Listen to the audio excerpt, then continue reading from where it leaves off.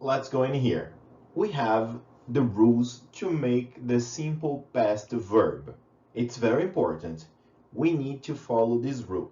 Então, lembre-se, nós temos uma regra para formarmos o passado simples.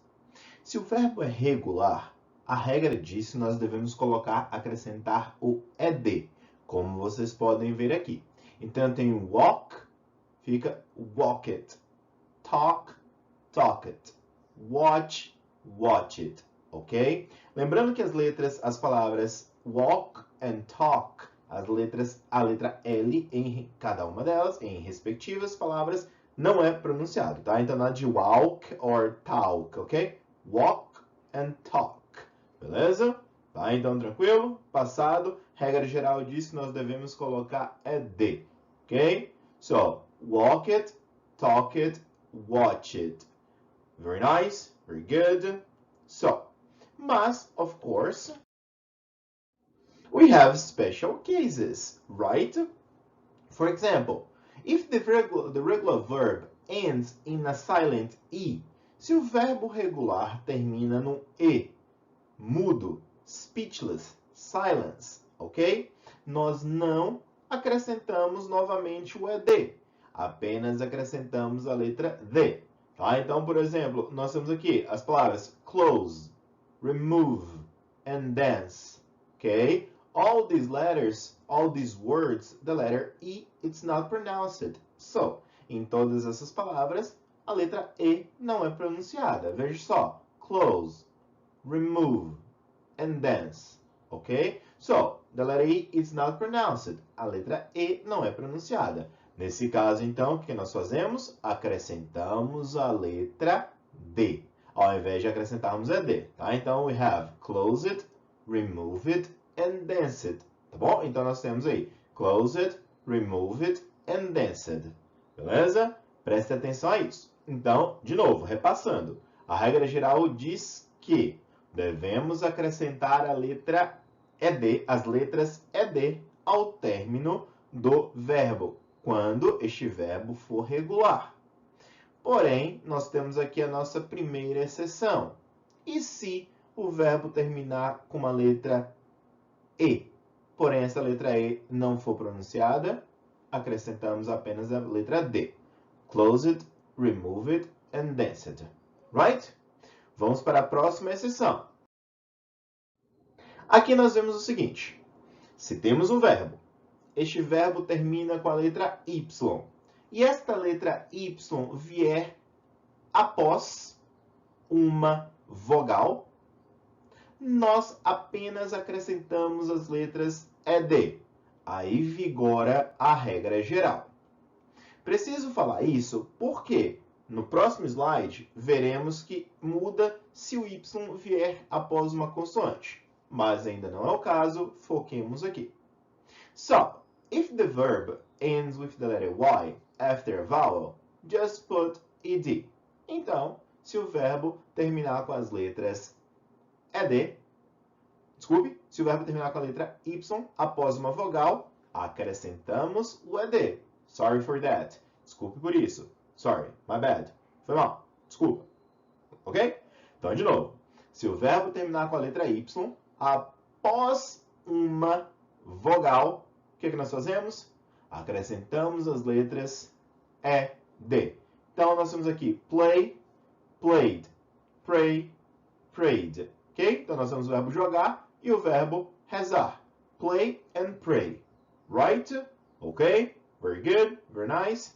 Mas, então, aqui nós temos um outro caso. Nós temos agora o verbo terminado com a letra Y, porém, este Y ele vem após o quê?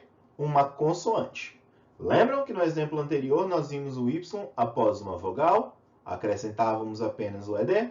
Neste caso, nós temos aqui o Y após uma consoante. So, we have the verb ends with the letter Y after a consonant.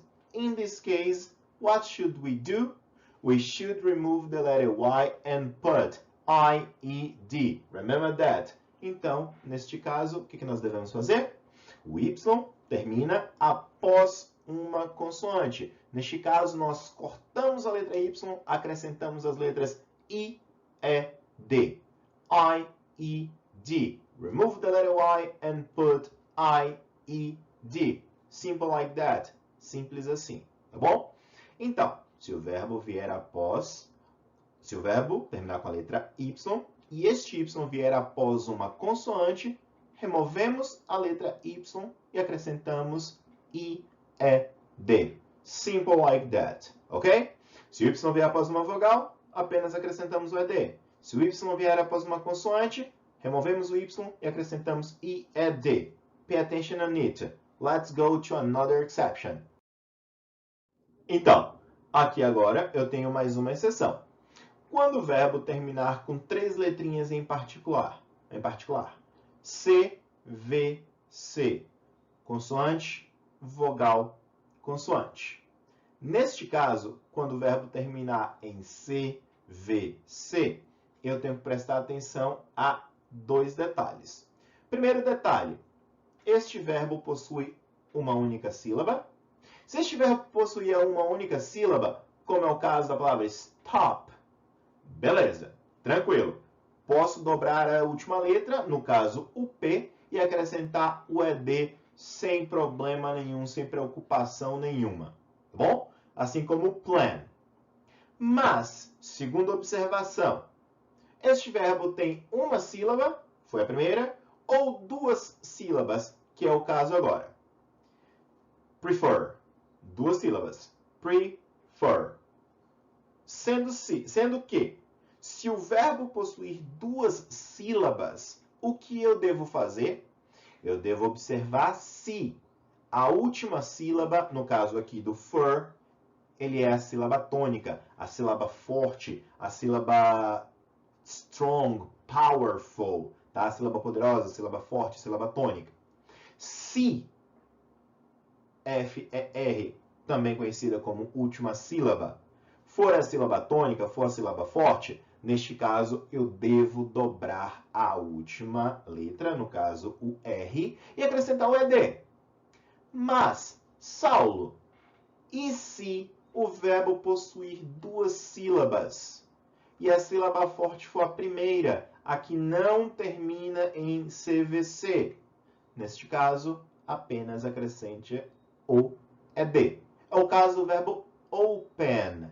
O-P-E-N. Open. Eu tenho 2 sílabas. Eu tenho open. Neste caso, o O é a sílaba forte. É strong syllable. Tá? Então, a sílaba forte é a sílaba tônica. O. E não o pen, que é quando termina em CVC. Então, neste caso, só coloco o ED como todo e qualquer verbo regular, regido pela regra geral, e vamos embora. Vamos partir para a próxima, tá bem? Então, quando falamos de CVC, tem que prestar atenção a 2 detalhes. Primeiro, tem uma sílaba ou mais de uma sílaba? Se tiver uma sílaba, vamos lá, dobramos a última letra e acrescentamos o ED. Se possui 2 sílabas ou mais sílabas, se for o caso, devemos prestar atenção se esta última sílaba é a tônica, é a forte. Se for, dobramos a última letra, a última consoante, e acrescentamos o ED. Se não for, apenas acrescento o ED. Ok? Pay attention on it, right? Quando nós queremos montar uma estrutura utilizando o passado simples, precisamos prestar atenção a alguns detalhes.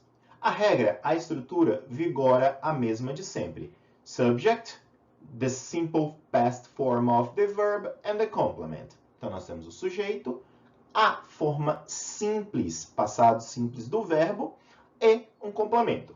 Exemplo, I watched TV this morning. Eu assisti televisão esta manhã. Eu assisti TV, televisão, esta manhã. Lembrando que TV stands for television. TV, television. TV, television. Ok? Então, se eu quero montar a estrutura afirmativa de uma pergunta, de uma afirmação no passado simples, o que eu tenho? Sujeito, I, you, he, she, it, we, you and they, ou o nome da pessoa, Saulo, João, Saulo e João, Saulo, José, João e Maria, whatever, tá? Então, esse é o sujeito.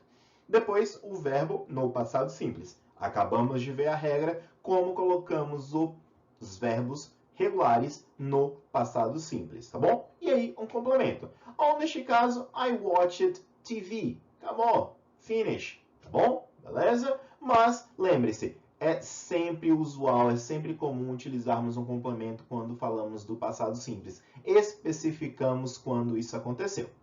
Então, acabamos de ver a estrutura afirmativa do passado simples. Não presente, do passado simples, tá bem?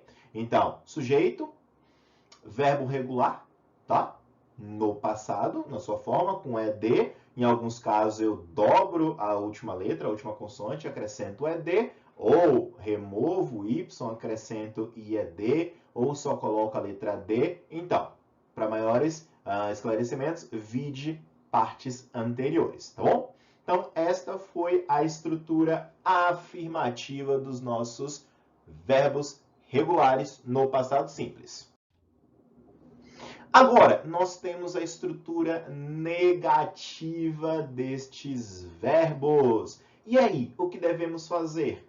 Devemos prestar atenção a um detalhe muito importante, tanto que ele está destacado, it's highlighted, está destacado, highlighted in red, está destacado em vermelho. O que acontece? Lembram que no slide anterior nós vimos que quando eu queria colocar uma estrutura na forma afirmativa, eu tinha sujeito, o verbo principal no passado simples e eu tinha um complemento, right? Certo? Right, certo. Mas aqui, se eu quero colocá-lo na forma negativa, o que eu devo fazer? Eu devo acrescentar um verbo auxiliar. Estamos falando de qual tempo verbal? Passado simples, certo? O verbo auxiliar, então, é o verbo auxiliar did. O que nós fazemos? Acrescentamos, encaixamos o did entre o sujeito e o verbo principal.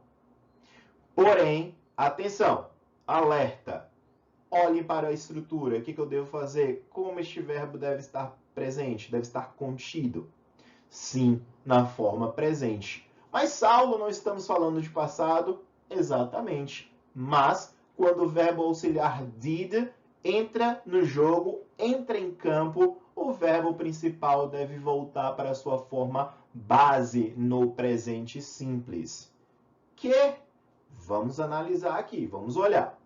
Olhem só a estrutura, decodifiquei-a aqui para vocês. Eu tenho um exemplo, eu tenho I, que é o sujeito, estou usando a minha pessoa, só que eu quero dizer que eu não fiz alguma coisa, não assisti televisão neste caso. O que eu devo acrescentar?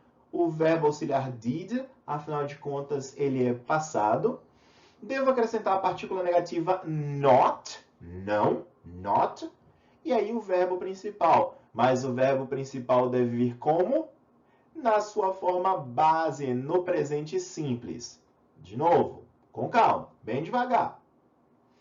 Quando o verbo auxiliar did entra em campo, entra em jogo, o verbo principal deve ficar na sua forma base no presente simples.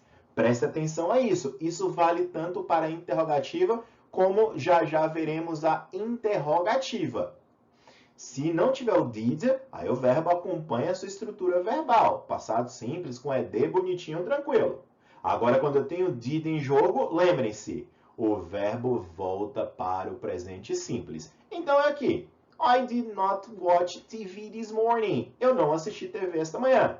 I was studying. Ok? Agora vamos analisar a estrutura interrogativa. Então, como eu já havia dado um spoiler aqui para vocês, na interrogativa também o verbo volta para a sua forma simples, volta para o presente simples. Então, eu tenho mais algumas mudançazinhas aqui. O que eu tenho? O verbo auxiliar agora, ele vem para o início da sentença. Depois eu tenho o sujeito. Então, eu tenho o verbo auxiliar, did, já que é passado simples. Depois eu tenho o sujeito.